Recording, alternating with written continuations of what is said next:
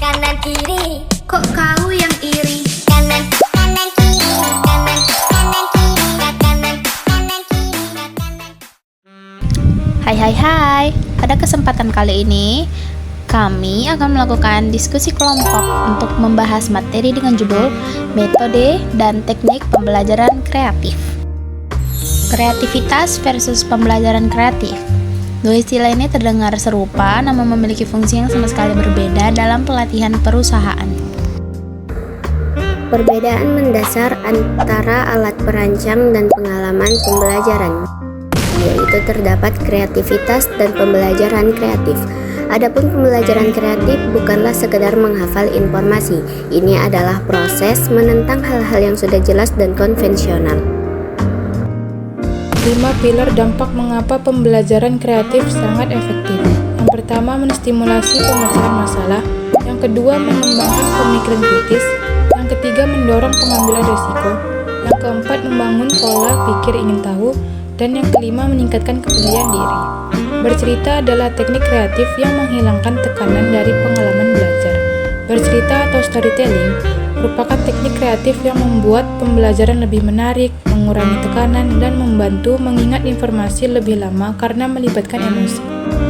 Jadi, memori jangka panjang terbentuk dari proses yang dimulai dari peristiwa yang kita tangkap dengan indera, lalu menimbulkan emosi sebagai reaksi fisik.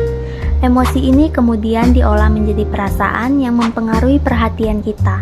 Dari perhatian inilah informasi bisa tersimpan dalam memori jangka panjang. Untuk menarik perhatian saat belajar, kita bisa memicu 6 emosi dasar, yaitu marah, jijik, takut, bahagia, sedih, dan terkejut.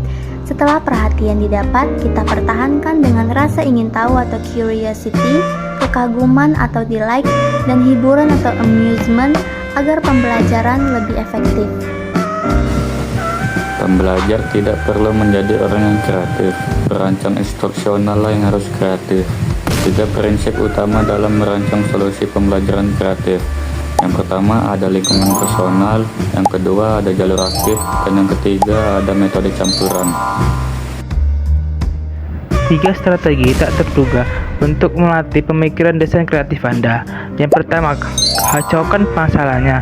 Pikirkan hasil terburuk yang mungkin terjadi. Seringkali menganalisis skenario terburuk justru memberikan pencerahan. Yang kedua, buat masalahnya lebih mudah. Hapus batasan dalam proses pemecahan masalah Anda untuk dapat menganalisis berbagai alternatif secara kritis. Yang ketiga, terus ajukan pertanyaan baru. Alih-alih hanya melakukan brainstorming untuk menghasilkan ide, hasilkanlah pertanyaan ini secara efektif untuk menantang asumsi Anda sendiri. Tujuan utamanya adalah membina pola pikir kreatif yang bertahan seumur hidup. Yang pertama, menerima pandangan orang lain dengan pikiran terbuka. Yang kedua, bertanya secara konstruktif. Yang ketiga, menggunakan imajinasi dan kegigihan untuk berinovasi. Yang keempat, tangguh dalam menghadapi kesulitan. Dan yang kelima, mentoleransi ketidakpastian dengan keberanian.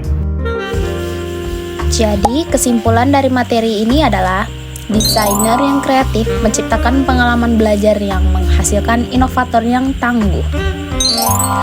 Mengembangkan pendekatan pembelajaran yang inovatif adalah sebuah proses kreatif itu sendiri. Dengan memahami batasan yang jelas antara alat Anda, kreativitas, dan pengalaman audiens Anda atau pembelajaran kreatif. Ini inisiatif L dan D, Anda dapat beralih dari sekedar memindahkan induk informasi menjadi pendorong transformasi perilaku yang sejati.